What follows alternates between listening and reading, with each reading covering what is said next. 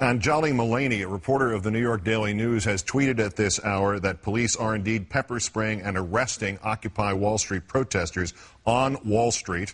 Additionally, I can see protesters in Kettled area on Wall and Broadway doing jazz hands in air.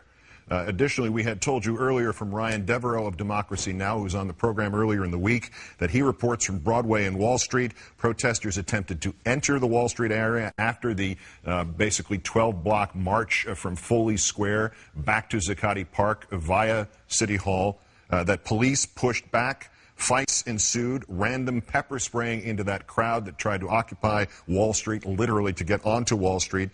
Police on horseback came out. More police showed up. Arrests were made. And Ryan Devereaux said he personally saw at least 20 people arrested. Obviously nothing close to the 700 at Brooklyn Bridge on Saturday, but barricades were knocked down. And so after an extraordinarily peaceful and accomplishment-filled day for the Occupy Wall Street protesters, as night falls in New York, it's an entirely different scene, and we're going to continue to provide you with details as they come into us here at the control desk. For the whole of the time that the Occupy Wall Street protesters have been making their case for a sea change in the way we Americans permit big business to draw and quarter and circumscribe our lives. Media, too corrupt or too dense to understand anything more complicated than whether the blonde is missing or the verdict is guilty, have parroted what do they want, what is their catchphrase. In our third story, it is not a catchphrase, but it is a declaration of what they want. That the document, which I will read in full in a moment, is not a list of laws to be repealed nor politicians to be elected, may only confuse the precocious ninth graders now passing for TV anchor newsmen these days. But the absence of the kind of painted footsteps with which they used to mark the floors of dance instruction studios is, in a way, breathtaking. The 2x4 that Errol Lewis described. It implies that there is so much to change, that such a tipping point has been reached, that some easy-to-apply band-aids just are not going to be enough. And it implies that the commentators and politicians and moneyed interests that do not come to understand the scope of what must change will be without influence and without power before they realize that the change has happened. So with that as preamble, here is, formally and finally, what Occupy Wall Street says and wants. It is, in essence, their special comment. As we gather together in solidarity to express a feeling of mass injustice, we must not lose sight of what brought us together. We write so that all people who feel wronged by the corporate forces of the world can know that we are your allies. As one people, united, we acknowledge the reality that the future of the human race requires the cooperation of its members, that our system must protect our rights, and upon corruption of that system, it is up to the individuals to protect their own rights and those of their neighbors, that the democratic government derives its just power from the people. But corporations do not seek consent to extract wealth from the people and the earth, and that no true democracy is attainable when the process is determined by economic power.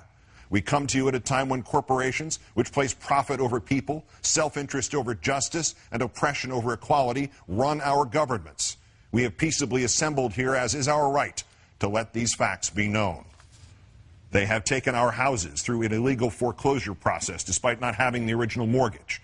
They have taken bailouts from taxpayers with impunity and continue to give executives exorbitant bonuses. They have perpetuated inequality and discrimination in workplaces based on age, the color of one's skin, sex, gender identity, and sexual orientation. They have poisoned the food supply through negligence and undermined the farming system through monopolization.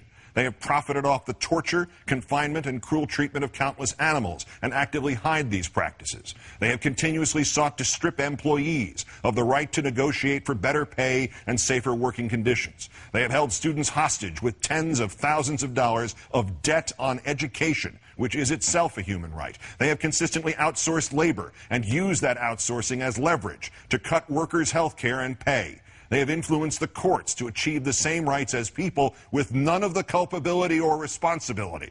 They have spent millions of dollars on legal teams that look for ways to get them out of contracts in regards to health insurance.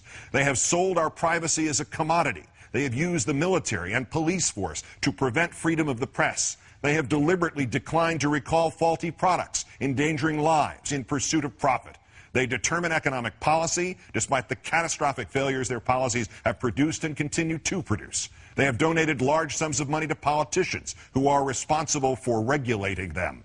They continue to block alternate forms of energy to keep us dependent on oil. They continue to block generic forms of medicine that could save people's lives or provide relief in order to protect investments that have already turned a substantial profit.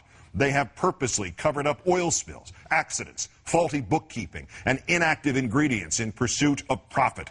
They purposefully kept people misinformed and fearful through their control of the media. They have accepted private contracts to murder prisoners, even when presented with serious doubts about their guilt. They have perpetuated colonialism at home and abroad.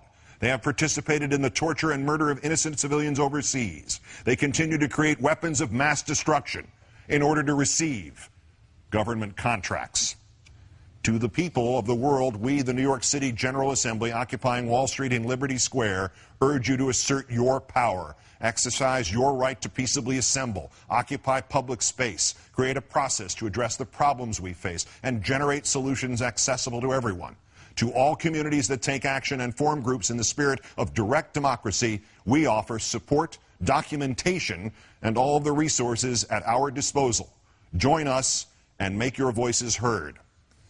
The statement issued from Zuccotti Park by the General Assembly at Occupy Wall Street. We'll continue to update you on the events and the violence that ensued this evening.